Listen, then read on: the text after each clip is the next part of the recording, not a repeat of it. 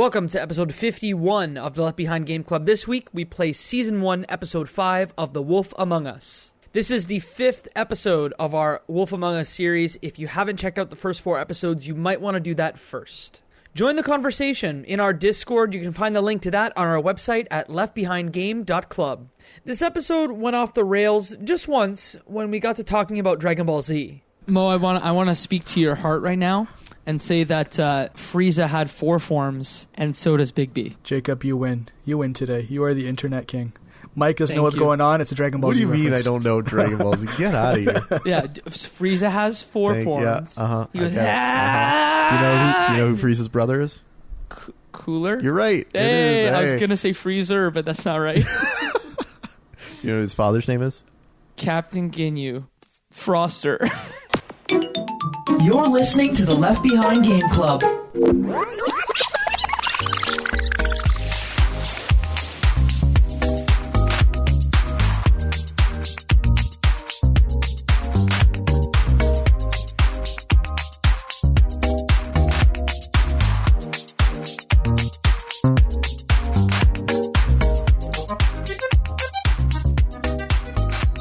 Welcome to the Left Behind Game Club, our never-ending attempt to make sure that no game is left behind. I'm your host, Jacob McCourt, and today I have 2 friends with me. The first friend, he's joining us through the power of the internet. It's Moe Murtadi. Yo, yo, yo. We got the final episode, folks. Let's go. Cry Wolf with me, Michael Ruffolo. Let's talk about that ending. I'm excited to talk about a great, great game. Before we get started, just a small warning. This is the 5th episode in a 5-part series, so if you've not listened to any of our Wolf Among Us content, you might want to go back, start at episode 47, 48, 49, 50. Those are the first 4 episodes of the series. Then come back here. It'll be on podcasting services everywhere for you when you're ready. Gentlemen, episode 5, Cry Wolf, set the scene. So, at the end of the last episode, we've finally figured out where the Crooked Man is. We get into his lair through a door that continues to change where it lands. We're greeted by Tiny Tim, who walks us into the door, into the lair, and we see the Crooked Man with all of his lieutenants. And I think all of us, except Jacob, made the decision to smoke a pack of Huff and Puffs in front of him. And Jacob just starts threatening him, and then that's where we're left off. We're left with a cliffhanger. Mm-hmm. But this is the culmination of a long time coming. This is a path to get here. We've been looking for this guy for a long time. So, and I think this is the first time you get a good look at him.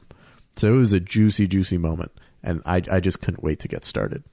Yeah, I'm kind of with you. So what I really appreciated about this is in the background of the actual lair, there's this big piece of stained glass, and on this stained glass is almost like a nursery rhyme representation of the Crooked Man, who as a character, that's a face you'd remember, because he has a very distinct kind of scar on his face that makes his one eye kind of droop lower than the other one. So if you owe that man money, you will remember that face. That's funny. He reminded me quite a bit, without being political, of Jacques Chrétien, mm-hmm. the former Canadian Prime Minister, who had a stroke and whose half of his face was, I think scarred as a result of the stroke, mm-hmm. lost a lot of function and movement in it. And so the Crooked Man has an eyelid that droops, and I think part of his mouth doesn't work as well either. Yeah. Correct me if I'm wrong. Yeah, and the pink of his eye is very exposed, and he has this big bushy mustache. Right. He looks like a gentleman. Yeah. He's like a man that you'd play cards with in a high rollers club of a casino. He looks like he drinks fine scotches. He looks like he has the best elbow pads on his tweed jackets. Yeah, he looks like he drives an old English sports car. He looks like he has a bunch of turtlenecks and chains. He's a guy who's never lifted a briefcase because he is above it. He's a man that has wax for his mustache and then wax for his mustache wax. I think we have a picture. Mo, do you want anything to add to it? He is the most interesting man in the world's creepy uncle. You're right, yeah. He's the guy who looks down on drinking Dos Equis. One Sekis, please. That's it. It's not even Spanish. So Jacob is trying to throw us off the rails here, but we then start getting into a conversation with the most interesting man in the world's creepy uncle, the Crooked Man. And so Moe took the approach of, I'm just going to listen to him. We're going to talk. We're going to hear what you have to say. And Moe, what does he say to you? For me, because I said, you know what, let's give a chit chat. I think he offers me like a seat, or he says like you want to sit down, like can we settle your nerves, kind of thing. And I took his beverage offer and drank up the glass. Wow, you're a brave man. Well, here's the thing. One of the things that we kind of touched on last episode is when you get to his location, you're told that he's been waiting for you, so he's expecting you, one. When you open the door and see all of the villains, I guess, from the game altogether, they're all calm, cool, and collected, trying to hear what you want to say, so you can tell. If he wanted me dead, he's the most powerful guy in the town, I'd be dead by now. And all these like minions are not scared, they're not terrified, they're just kind of sitting there watching on and waiting for a conversation, so I said, let's start it right now. Does the Jersey Devil not pull a gun on you? Yeah. In yours, he doesn't pull a gun on you? No, was there an option to kill the Jersey Devil? There was not, No. but almost immediately he pulls out a gun, Yeah. and you don't know if it has a silver bullet in it or Yeah. not. You presume that it does, because Yeah. it looks exactly like the gun that the Bloody Mary They had. know you're the only threat coming after them. Yeah, and Also, silver bullets work on normal people, too. they're just really expensive bullets. Yeah. then. So, the Jersey Devil pulls a gun, at least on us. And the Crooked Man says, like, calm yourself. There's no way we're gonna treat this like civilized people. We're gonna handle this with a word. Yes. Moe, you're way braver than I. There was no way I was taking a drink from the Crooked Man. I thought like this could very easily be the way that this guy handles people. It could be he poisons the scotch, the whiskey, the water, whatever it is he wants to offer me. So I was like, I'm not taking that. I'm just going to sit here, or I'm going to stand here and smoke my cigarette, because I don't want to be comfortable in this situation, because my life is on the line and all of Fabletown is hanging in the balance. But doesn't the Crooked Man, like, really open up and says the killer works for him? Yeah. Like, what? I mean, it seems like the Crooked Man sees himself as like an integral part of the Fabletown community. And he essentially says like, look, there are huge ways that the government fails large swaths of the Fabletown community. And because of that, I come in to help them when no one else is there. I fill a need. I fill a need for glamours that are cheaper than the official state-sponsored glamours. I am there to provide loans when these people don't have money and they need it. I'm there to fill all of the gaps in services that other people aren't. And so I think he sees himself essentially as an equal. Like he sees himself as a public servant in the same way. And so he says to Bigby, you know, I greatly respect the work that you do. You're a necessary force. It's important to have you around. And so I think he legitimately goes to Bigby and says, like, I respect you. I want to handle this in a gentlemanly way. I'm going to deal with this in the way that it makes most sense, and you just need to trust that this guy's not going to get away with it. Mm-hmm. And we come to find out that this guy is actually Georgie Porgy Pudding and Pie, what runner of the strip club with all the fables with ribbons tied around their neck. But you're actually given the option, because the Crooked Man says, like, who do you think did it? Really? Yeah, so in my scenario, you're kind of given the option where you have two options. It's you ask who did it, or you assert yourself and say, I know exactly who did it, and you have the option to guess basically everyone that's in the room who was the one that killed them. Wow. Yeah. I don't even think I remember. Yeah, so your options are, it was Georgie, who's in the room, it was Bloody Mary, who's not there, it was the Tweedles, and it was you, the Crooked Man. I think I pointed my finger at the Crooked Man. Because I felt right. Like, even if he didn't physically murder them, it's like, you gave the order. Yeah. I think when I did it, it was I did the least aggressive fighting Like I avoided any type of like harsh interaction because I knew I was outnumbered. So my biggest thing is I kept talking to him. I asked him like who did it. I didn't assert who it was, and eventually in the conversation he told me it was Georgie. And Georgie stands up right away and is like, "You piece of like crap! Like how dare you like tell him all this?" Like so it seemed like, oh my god, he's telling me the truth. He's trying to amend all the bad faith that we've had as like the crooked man and the big bad wolf, the sheriff. And he's trying to say, you know what? I'll give you this token. I'll let you know who did it. I'll let you kind of know about this stuff as long as we can mend everything together and go about a nice like future, I guess, together as like the necessary evil and the evil police officer. Mike, you touched on it, but what I adore here is how they've set up the different politics, and we're going to talk about it later at the end of the episode, but the political system that they set up here and how everyone works together, that's almost my favorite part of this whole game, is how even in 5 hours, you know exactly who holds the power, you know exactly what those relationships are, and it was not something I was expecting coming into this universe. You know, I think a lot of it has to be credited to Fables, the graphic novel series, that probably had quite a bit of time to help, you know, flesh out the universe and establish power dynamics and things within it. I haven't read enough of that to know whether, you know, this is heavily inspired by anything or not, but it does seem like a game that's designed story-wise specifically for the Telltale style and to fit this type of game structure really well. Mm-hmm. Between our last recording sessions, I actually went to the library and picked up the first 3 volumes of Fables. So, you know, over Christmas break, hopefully that's something that I can read, because I was really surprised at how much I was drawn to the source material. That's amazing. Yeah. But back to Georgie, I punched him in the face. Oh, man. Of course you did. Yeah. Mo, what did you do with Georgie? I eventually killed him. Did you? Oh, eventually. Yes. Yes. So in the room, I just let Georgie talk. I was like, Georgie's going to sink this whole ship. Yeah. And all of the other lieutenants were like, Georgie, shut your stupid mouth. You're going to take us down with you. I'm like, yes, please please keep talking, Georgie. I love that English accent of yours. And so Georgie just keeps saying, like, you're lying to the crooked man that you didn't give me that order. You might not have said it in those exact words, but you're lying. You did give the order. There was no misunderstanding. I understood you perfectly. And I think what the crooked man is relying on here is that he never said explicitly murder these women, but what he did say was take care of it. Get rid of them. Make sure it's not an issue.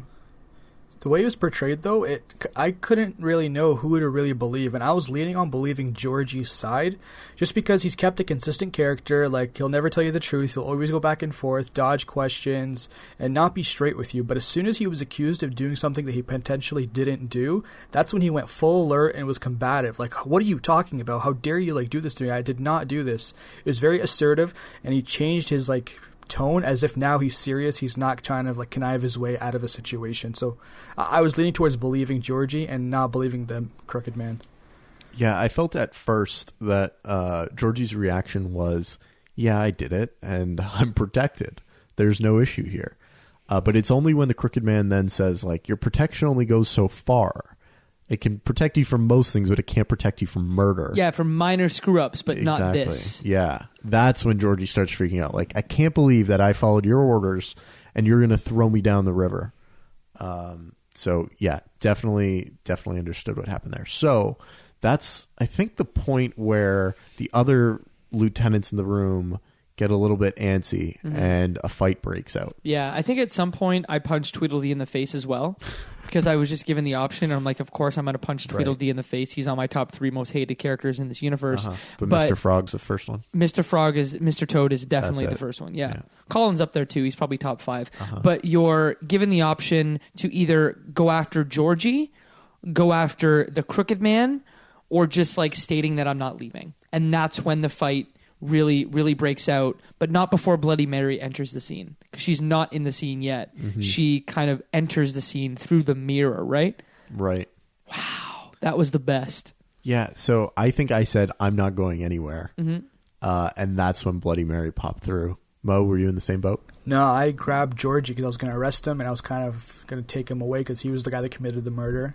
Crooked man, I would take care of later on kind of thing. Interesting. Yeah, so the Jersey Devil transforms, guns kind of come out, and you have this really extended fight scene. It's a really good fight scene. Yeah. I don't know if you had... I had the smallest just technical difficulties with load times. Man, so episode 5, the absolute worst load times between QuickTime events what and happened? fight scenes. I am playing on an Xbox One X. Like, it's more than capable to handle this game. Moe, I'm sure, is playing it on a PC that is well equipped. Did you have similar stuttering and pausing and feeling like the game was about to crash? We don't have these types of issues in the PC Master Race. These are exclusively console-related problems. Please refer to your Microsoft or Sony manufacturer for the issues. So you had no slowdowns? No, not wow. that now you guys bringing it up and it sounds completely foreign to me. I didn't have anything remotely. Wow. Well, I guess then if you're going to play this game, you should play it on PC. Yeah, I started to experience it in episode 4, just a little bit. But it was, I think, 1 or 2 times. But this episode, it was significant. Absolutely. Yeah, there's a lot of big fights later on that you expect to move much quicker, that massive slowdowns happen and really kind of take you out of the experience. Yeah, and beyond that, and this is probably my ear, is I found some of the voiceover as well sounded like it was being recorded and it was peaking. So like you were recording and someone was screaming into the mic and you didn't like account for that. Just some really strange, and I don't want to dwell on it because the experience is so fantastic, but just some weird production stuff in only this episode. So again, it could have been them trying to get it out the door in the right lead time, but I wanted to point that out because it was just for this episode where it was a problem. So we end up having this big fight inside the Crooked Man's study, and someone shoots a bullet and it breaks the nice stained glass mirror, and there's a portal that appears. And I think it's Bloody Mary that grabs the Crooked Man and says, "We're getting out of here." And they jump through. And once you take care of everyone in the room, you go through the portal as well. And you're faced with, I think, the decision of who you're going to go after.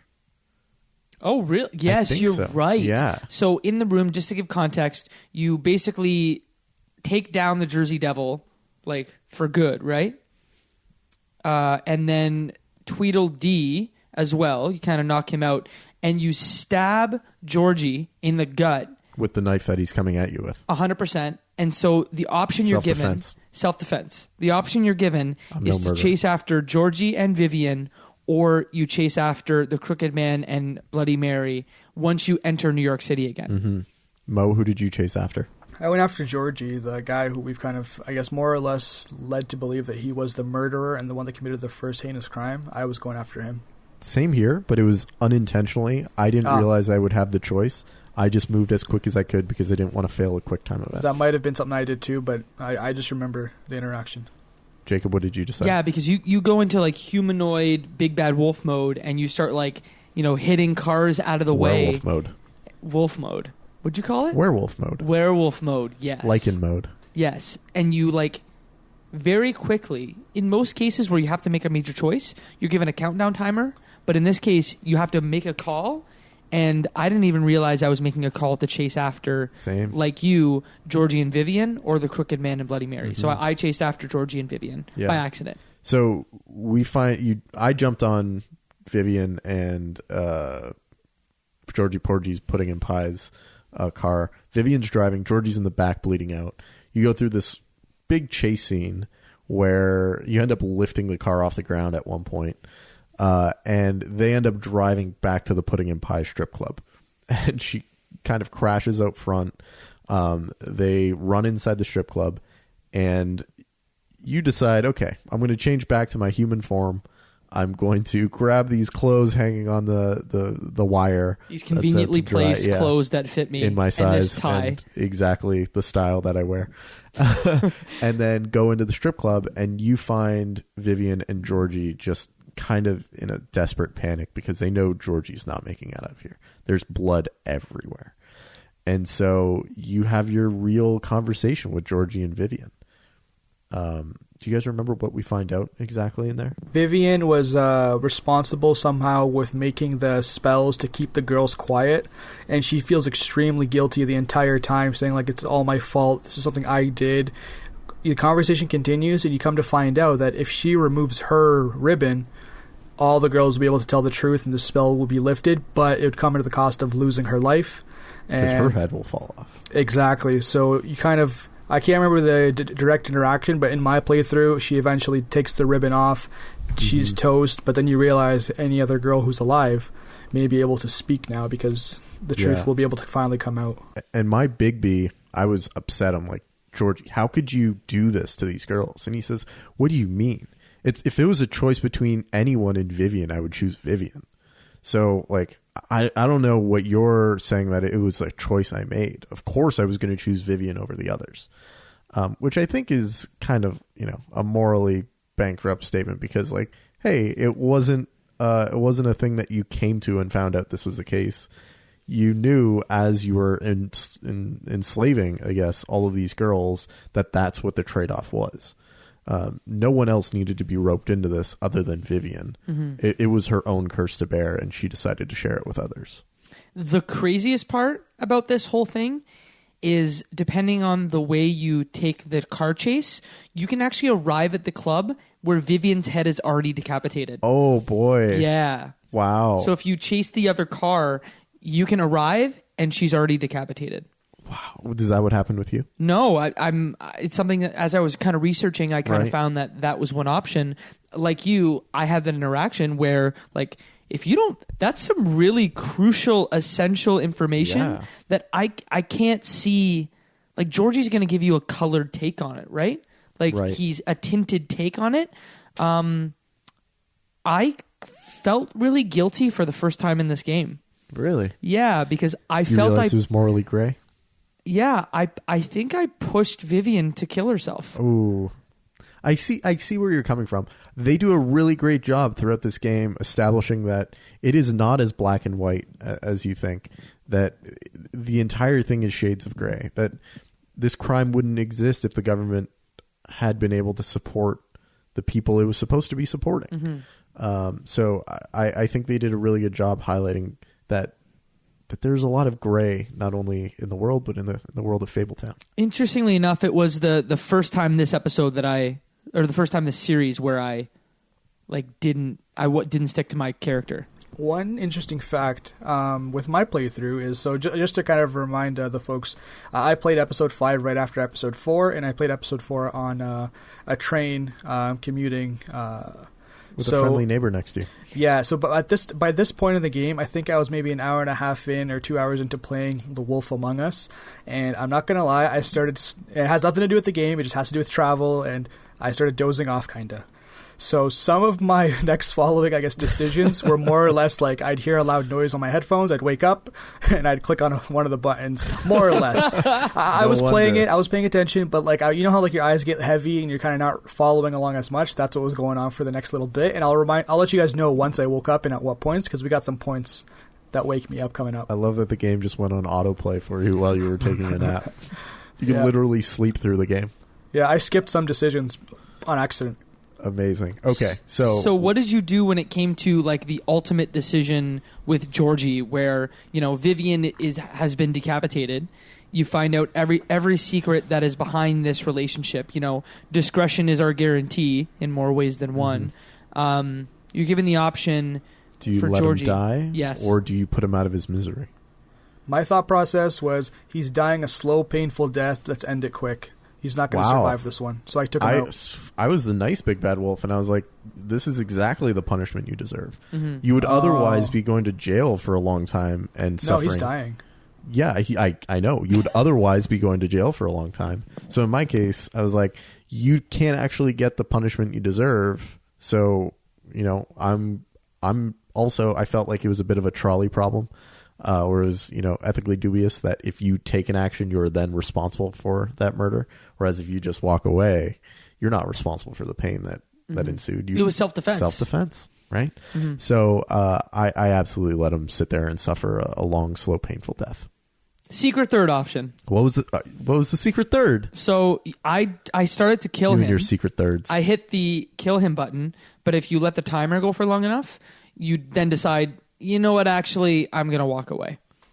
Okay. Yeah. So effectively the same thing. It's like a half option. Right. You wanted to murder someone, but for some reason I'm like, actually, you know what would be the meaner thing? Just letting him die. right. And letting him like, Your Bigby's got a weird voice. he's got a really weird voice. Why don't you just sit there and die?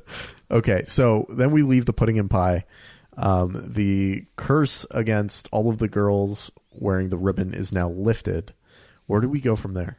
The last thing that is said is, go find him. Like, Georgie's intestines are literally coming out, and he's like, you need to go to the Old Foundry and get him. That's what it was. So you make your way to the Old Foundry, and I think pretty much immediately, Bloody Mary is there, and she is ready to have fun with you. Yeah, I got real Terminator 2 vibes from this foundry. Yeah.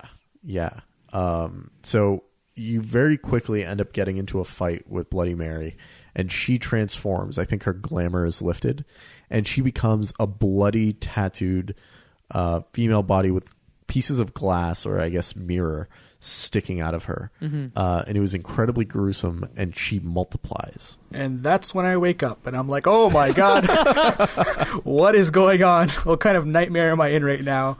I'm half in a daze, half in a nightmare.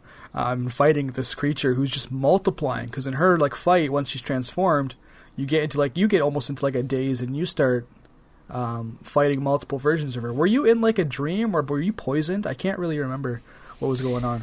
No, I think you start to explore the foundry, and you start to see pictures of you on a board, and you see this big wheel that has chains on it, and you enter this workshop area where there's a bunch of silver bullets that have been Casted. Thank you. Or cast. And that's when kind of around the corner, the Crooked Man comes around with Bloody Mary at his side. And yo, I'm scared of Bloody Mary. Yeah. And yeah, especially after what she does to you. Yeah.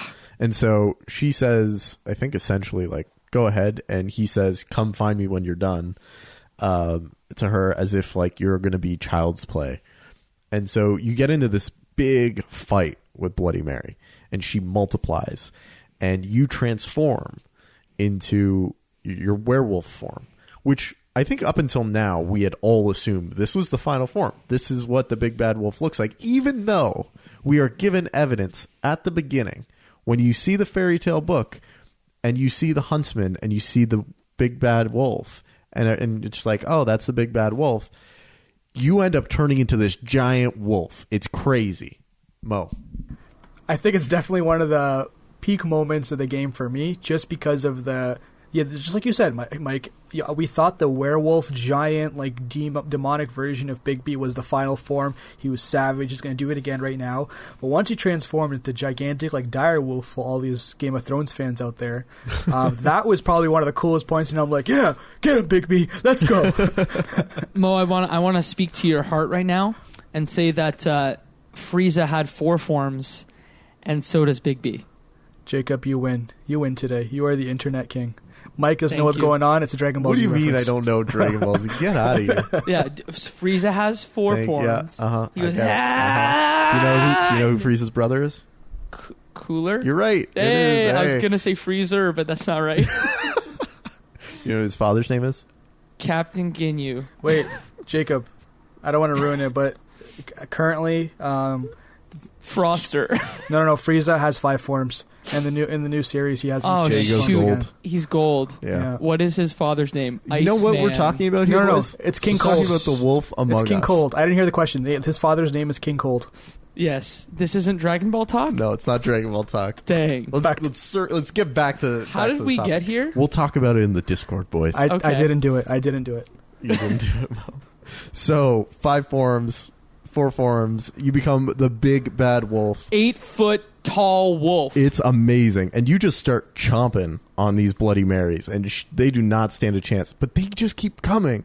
And then as they keep coming, you're like, I'm going to huff and puff and blow you all into the wall and break you into pieces like the glass you are. And it was something that I found incredibly dumb and charming, and I loved it. I thought it was an amazing little thing. Mm-hmm. It was a really great set piece. Yeah. And it was something that was so beyond anything that had been done so far. The scope of it was so much bigger. It was a great climax. Yeah. I was like, ooh, this is a final boss. I'm a big fan of Asura's Wrath. Maybe it's something that we can eventually play. And I just got those vibes so hard, and I'm like, yes, give me more of this. So once we end up finishing all of the different versions of Bloody Mary, we blow them all into the wall, we chomp them, we crack them. She doesn't exist anymore. You end up going to meet the Crooked Man up in his office, and you see him just staring down at you. Yeah.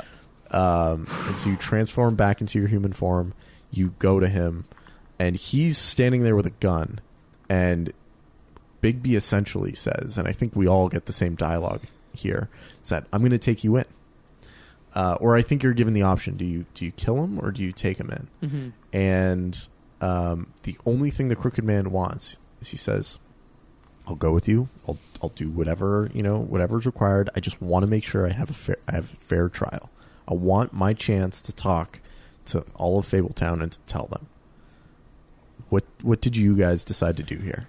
What a great villain, also. Yeah. Yeah. Oh, this was like straight up Ozymandias level villain. Like, that he knows that he has a silver tongue and the leverage over all of these people to be able to get himself off. Mm-hmm. Did any of you guys play the Mass Effect series?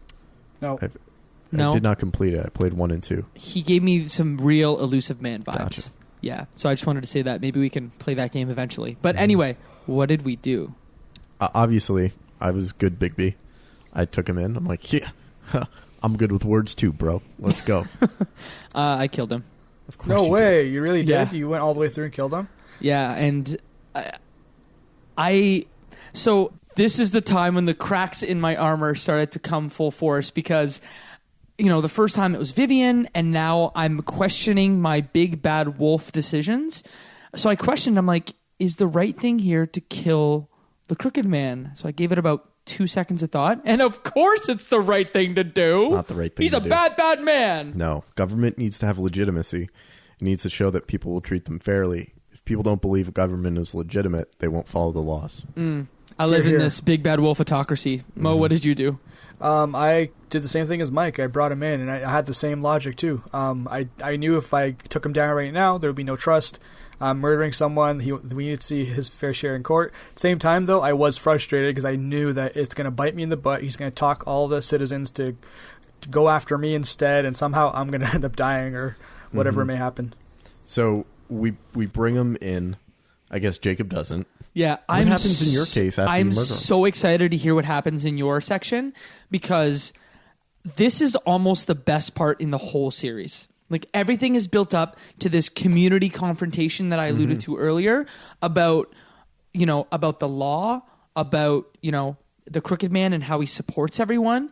It was really incredible, and I'm sure for you guys it was so different. So what happens after you murder him? So you murder him, and you choke him out, right? So Okay. his neck is bloody, he's limp, and you carry this limp body into the wishing well with you, and you set him down on the stone kind of slab that Holly had been set on earlier, Right. and that's when everyone just kind of starts to lose it. And they're just like, what is this? Because Snow White sets the scene and says, this is what happened, blah, blah, blah. Bigby is going after the Crooked Man, and then you just come in your arms with the Crooked Man. And do you end up saying I had no choice, or do you just own up to it and you're like, I wanted to murder him? Yeah, so the cool part of this, and I think you guys had a similar mechanic here, is as you're speaking, all the decisions that you've made throughout the entire series start to come out in the characters that are in this kind of mob of people. And as you kind of address the crowd, you get, instead of they will remember this, and I've not seen this in a Telltale game before, you get, you're losing the crowd. Right. Or the crowd is afraid of you, which was badass. So tell me what it was like to have the Crooked Man alive. So, Because I could control a lot of the dialogue. right. Bluebeard really got in there, but it was me kind of controlling it with Snow White. What happened with you? Let's tag team this, Mo. So you bring him back, and you essentially set up that, you lay out the charges against the Crooked Man, and you give him a chance to defend himself. And he's got a silver tongue. He starts to explain all of the ways in which he's there for everyone. When, other people are not there for them. How when they need a loan, he's there. When they need a job, he's there. When they need a cheaper glamour, he's there. So he lays out all of the ways in which he is there supporting people. And it's up to you to explain the ways in which you as Bigby are, one, a new government. Bigby and Snow are new. You don't have the sins of Ichabod Crane and the previous government on you, and how you will do better. And then the second thing is explaining how all of the ways in which what the Crooked Man is saying doesn't actually line up with the experience of people. So, Mo, what are the key things that stood out for you? For me, so I just to mention it again, I played the second half of the game on my laptop. I didn't sync it up with my saves from my first playthrough. So I had a situation where I was accused of doing something that I didn't do, but I think it Like just what, defaulted. burning the tree? I think it was. Oh, you know what? It might have been burning the tree because you said, "Look, you burnt the witch's tree or whatever." Anti-Greenleaf. Yeah, and I didn't do that, but because my Same game here. wasn't synced up, it didn't say that. Initially, though, I let him keep talking, but every time he accused me of doing something bad, I owned up to it and said, yeah, we're trying our best. This is the past. We want to move forward, a clean city. And I got the crowd always kind of going with me. The only time they felt against me was when he brought up the whole point of I was there for them. Besides that, they were all on my side because I generally had their back throughout the game. I might have punched a bad guy in the face once or twice, but they're on my team. I feel if you were ever going to allow the Crooked Man to speak and not murder him earlier, you needed to be a good Bigby along the way. Yeah. To stand a chance of, winning the trial, I guess. And so all of the good things that I did, where I pointed out to Anti-Greenleaf, I didn't burn down your tree, that I was helping along the way in every way that I could. And no, we're not perfect, but we're trying to get better every day. I was able to very quickly, I think, convince the crowd that the decisions I made were correct, and that, he was there to provide a loan, but it also put you in incredible debt that you would never be able to pay off. He was a loan shark. Yeah, he was there to help your business when your freezer broke down, but also he turned your business into a front. He was there for you with those cheaper glamours, but he was also, tying you up in a legal activity that you didn't want to have to be involved with. So I just want to kind of understand the proceedings of the trial that you have, because it sounds like it's a real trial. It's kind of a sham of a trial in a way that like a community of 20 people are trying to decide. Is there a judge and jury? No. Okay. It's people deciding what side of the room they're going to stand on. Are they going to stand next to him, or are they going to stand next to you? Cool. And it's really great because at the end, like the final two, like will make the decision. Like you're right. And I think it's like Beast and Beauty that walk over next to you, and they're like, oh, and it's like, yeah, okay. So it's all of us against him. It's clear we've made our decision, and that's when the big decision comes. Do you throw him down the wishing well, or do you put him in prison for his entire life? Because Anti-Greenleaf says we don't have to murder him. It's not the right thing to do to murder him. We should put him in prison. We can do this. We have magic. Man, I'm just sitting here with my mouth agape because your experience was so much better than mine. It was real cool playing it good. Yeah, I guess I finally got bit in the butt by all of my poor decisions. I'm sure killing him felt satisfactory. It didn't. No? It really Okay, didn't. I'm just trying to help you out here. So, Mike, I just want to clarify. Did you throw him in jail? I did throw him in jail. Oh, for all of eternity? So, Jacob, I got a little piece of both pies. Because at this point, you kind of get that option. Throw him down the wall, the wishing well, lock him up, or rip his head off. Once you get that decision, it's very clear. The townspeople literally vote and say they give you the choice to make the decision from here. Because they can't decide, and then they tell you, they assert it. They say, you know what, we can't decide, we want you to do it. You get to decide, Bigby, it's your turn. So I ripped his head off completely. Ooh. So when in the process of deciding, he also pulls you back towards the wishing well to try and force you to throw him down. Yeah. He tries to force your hand. kind of like a kidnapping or someone's trying to suicide by a cop. And so for me, that was like, oh, well, this is clear. He definitely doesn't want to be in prison forever. He would rather just take a trip down the wishing well. And so I made sure, I was like, well, clearly this is the thing that he wants the least. I would rather just make sure that he then has to be in prison his whole life. And I feel like it would also allow people to have more trust that I'm not out here trying to murder people. Lawful good. Exactly. Yeah. The law is the law. And so you killed him, Mo. You locked him up. I locked him up. Should I go through kind of how my trial went? Yeah. So you bring the body, and much like you, it's kind of everyone starts fighting about the new leadership, about Snow White and Bigby. What came to bite me in the butt was Auntie Greenleaf. I feel like the crowd was kind of with me until she started to kind of deliver the performance of her life, where she's like, they burned down my tree. They didn't have to do that. That just shows like that they're willing to do whatever it takes. Look at Bigby. She was the single person that turned the whole crowd against me. And I could not believe that I was losing them. Holly tried to come to the rescue. And I feel like she was the only person that I may have supported throughout the whole game. By, I think, the funeral scene, I kind of was respectful. And that's when that kind of came in. But otherwise, like, I lost the crowd with Auntie Greenleaf. Holly couldn't bring them back. And then I was given the option to growl, to like, basically it was getting really heated and people were really against Snow White and me. And I was given the option to growl, and I growled really loudly. And it said, the crowd is afraid of you. Oof. And Bluebeard tried to butt in. Nerissa tried to help. And it was just a disaster for me. Right. Snow White was super not pleased with me.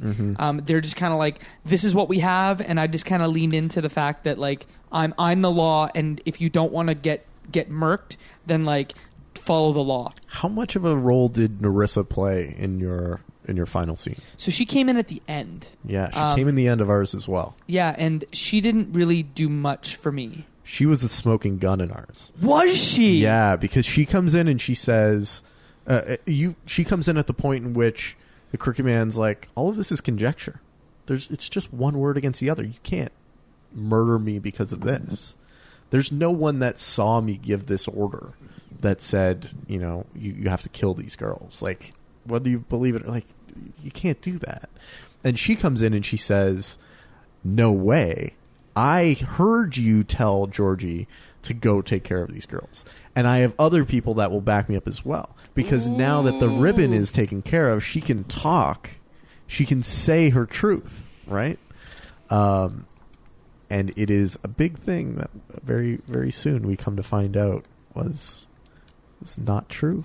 Yeah, so let's get to that. I basically threw him down the wishing well. That was it, right? Gotcha. So, not important. And this is when the final scene of the game happens. You go back to the business office, and there's kind of a wrap-up of the whole story. Toad, TJ, Colin, that piece with Flycatcher, and then the piece with Nerissa. So I feel like we should cover the farm piece first. So I guess we get to see TJ. Well, in my playthrough, I get to see TJ and Toad on the way out to the office. But for me, I don't see Colin, because Colin I was able to allow to stay in my room, and Toad even makes a snarky comment like, "Oh, I don't see Colin here," blah blah blah. And it's like I kind of leave it at that. I say like I don't continue on the conversation. And TJ really innocently says, "Hey, like I have a gift. Can you give it to Snow?"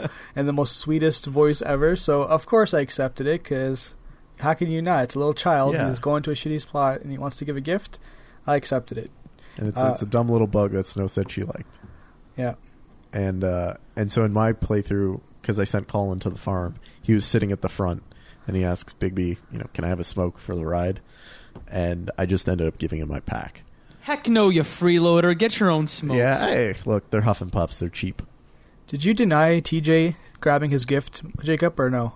So on the Is your heart Xbox, still cold and icy? 97.9% of players accepted the gift. Of course. Yes, same with PC. And I was among those players. Yeah, there you go. Yeah, there we my go. armor, after everything that happened in this episode particularly, I don't know what would happen. My heart grew 3 sizes. You finished your therapy. I finished my therapy. Wow. What a game. Deep. Very deep. What a game. Do we talk about We the have to big talk thing? about the big ending. So it's Nerissa and Bigby outside in the rain. Nerissa's looking like she's packed up and ready to leave town for quite a while.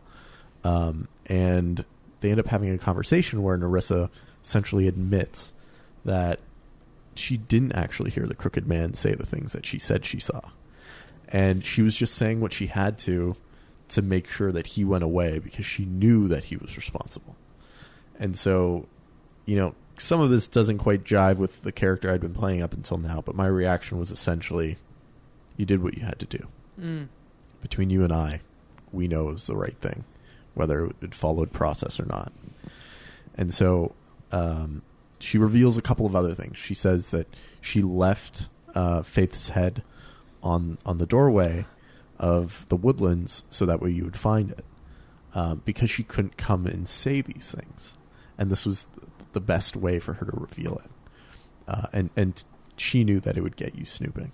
Mm-hmm. So all of this is kind of revealed. And in the end, she leaves. She gives, parting words, and she says, "You're not as bad as everyone says you are."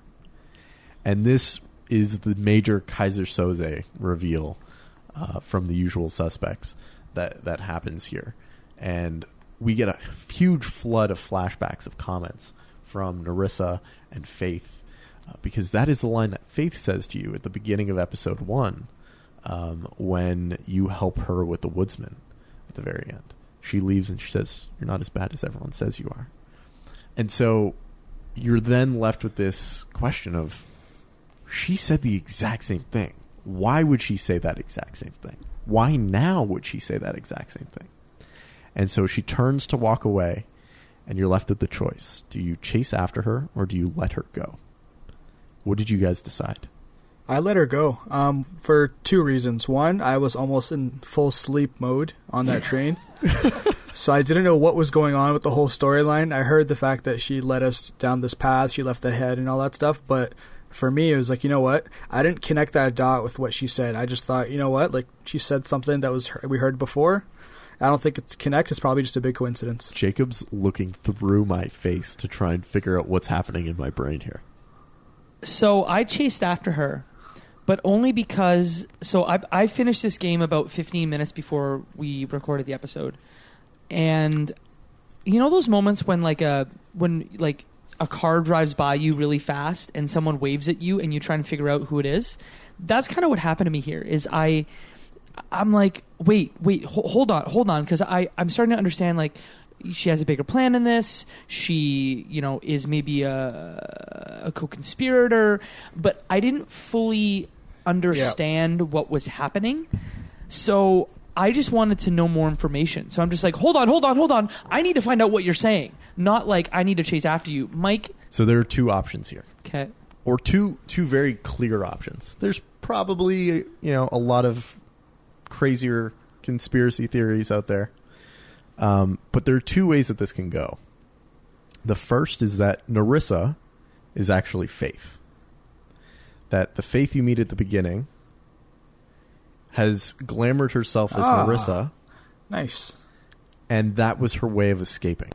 Because we know at the beginning, Faith was just trying to escape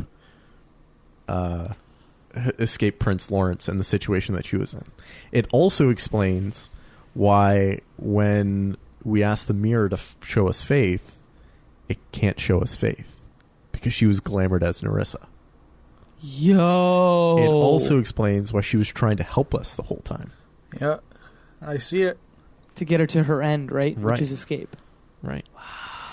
The second way to explain it is that the Faith that we had bumped into was actually Nerissa this whole time. And that Nerissa had been playing Bigby all along as her catalyst to escape. She knew that once Bigby got scent of what was happening here, he wouldn't stop chasing it down until he found the solution. And so what she does is she sets up a fake body that's been glamoured as Faith to be murdered, right?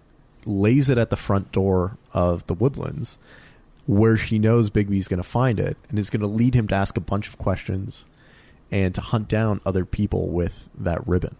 Where she will be and she can help guide him towards the crooked man. And she knows that Bigby won't let the crooked man do what he does, and that the end result will be a way for her to escape. So, wow. yeah. I really like your first argument that like Faith is just trying to escape Prince Lawrence. The mirror sold it for me. So the other one, the one that you like least, that the Faith we've been bumping into is actually Nerissa this whole time, makes a little bit more sense. Okay, why? Because it explains why she would give herself up at the end. Because she's kind of saying, I have nothing left to hide. Like, I'm trying to let you know that it was me the whole time. Yo, okay. Man, why didn't that click with me? That is such a good reveal at the end. I think what's really too bad about this whole thing is that we're probably not going to get a Wolf Among Us Season 2. Mm-hmm. I think we were talking right before we started recording this episode and talking about what's happening currently with Telltale's assets. But I think we were just like, man, it stinks that we'll never get to know what the people making this game had under their sleeves for Season 2. I can't believe I'm going to say this, but in the words of Mr. Bieber, never say never. We might see it happen. Someone might buy those assets and remake the final version of this game in a couple of years if there's enough like roar or demand for it. I mean, if there's customers, someone will build it. I would like a Season 2 of The Wolf Among Us, but I feel so satisfied by how Season 1 ended. It felt like a great noir story. Mm-hmm. And I don't have enough of that in my life. So it would be great to have more, but I definitely don't feel like I was left needing more. Okay. The game closes and you get the credits, and then you get these special stats too, where it kind of summarizes everything for you to say like, what did you do that it was special? Right. And also, who did you kill? Who got eliminated? Yeah, so in my game it was Dumb, Georgie, Vivian that were dead. Right. And so also I had the Georgie, Crooked Man. Vivian. And I think those are my only kills. Okay. I don't think you can avoid those for obvious reasons. No. Yeah, I had Dumb, Georgie, and the Crooked Man. Mm-hmm. Gentlemen, that is our series on The Wolf Among Us. 5 episodes. Any thoughts about either episode 5 or the series as a whole before we close out? What a game. What a great way to cap up the season and the world that they spent time developing and creating. I'm incredibly excited to see what happens with Season 2, hoping that something happens there. And I highly recommend this to most people that I talk about it with. Yeah. I think I feel the same way as Mike, more or less. I came into this blind and trying to figure out what the hype was all about, because everyone keeps talking Telltale Games, this being the first game I've played. I can say that I understand the hype. I think I had a lot of fun also playing with you guys and having like the chance to talk about it and like go through it once again. But to be honest, I'm satisfied. I'm not itching for a Wolf Among Us 2. I probably won't play it, just to be straight out and forward with that, unless we play it on this podcast again and we have the chance to talk about it, because for me that was the highlight. Yeah, I think for me this is just going to drive me to try some of their other properties. Batman seemed like one that had a lot of care, only because they did something that was different, and there's a lot of focus on Bruce Wayne, which I feel in the Batman universe, not to go down this rabbit hole, is like sometimes a critically underdeveloped part of, the lore as it's being built. So it's going to drive me to check out other Telltale projects, and you should definitely play this video game. Absolutely. Highly recommend it. Now, if you want to talk about this series in a spoiler-esque form with people that may or may not be playing it right now, where would be a good place to do that? We have a spoiler channel in our Discord. If you go to leftbehindgame.club and check out the big fat button that says join Discord in the middle of the page, it'll teleport you right into our community of fine folks who share really good deals and are talking about what's going on in the industry, what new games are coming along that they want to play, and about this game and all the things. So I know right after this recording, I'm going to go in there and start a discussion about the ending and see if anyone wants to exchange ideas and see which ending is the superior one all along. We're also online on several places. Jacob, where do we kind of creep along the internet? So if you want to follow along outside of the podcast and outside of our Discord, you can do so at Left Behind Club on Twitter, at Left Behind Game Club on Instagram, and we also are on Reddit. You can check that out at reddit.com/r/Left Behind Game Club. Truly options for all social media lovers. If folks want to find you wonderful people on social media, where would be the best place to do so? You can find me at Murtadi on all social media platforms and murtadi.com. Mike? You can find me at Ruffolo M on most social places online and michaelruffolo.com. You can find me on the internet at Jacob McCourt on most major social media platforms and at jacobmccourt.com. And that, my friends, is one less game left behind.